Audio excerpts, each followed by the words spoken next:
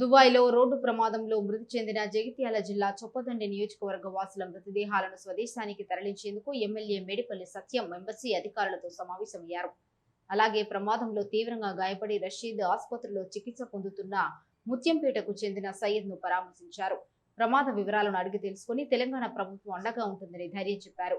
మృతదేహాలను భారత్ కు తరలించడంలో కొన్ని సాంకేతిక పరమైన అంశాలు ఉన్నందున వాటిని 2 రోజులలో పూర్తి చేసి మృతదేహాలను స్వదేశానికి పంపిస్తామని అధికారులు తెలిపినట్లు ఈ సందర్భంగా వెల్లడించారు.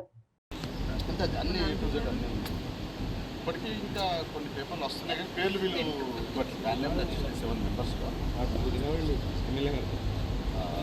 ఇంకొక 4 వచ్చినట్టుగా రేపు బాడీలు పంపాల్సి వస్తే కూడా ద సేమ్ టైం 7 మెంబర్స్ ఒకటే దాంట్లో నేను కంపెనీ పేరుతో మాట్లాడాను. 3 బాడీలు ఏ ఆరోగ్యం ఇచ్చినా సరే నాకు ఒకటే ఫ్లైట్ సేమ్ టైం వల్ల అక్కడ ఏంటనేది కొంచెం టైం రేపు మధ్యాహ్నం వరకు అయితే ఫారెన్సిక్ రిపోర్ట్ రేపటికల్లా టోటల్లీ వస్తుంది. మాకున్న ఇన్ఫర్మేషన్ వచ్చిన తర్వాత మేము డిహెచ్ఏలో ఆన్లైన్ అప్లై చేసి డెత్ సర్టిఫికేట్ కలెక్ట్ చేస్తాం.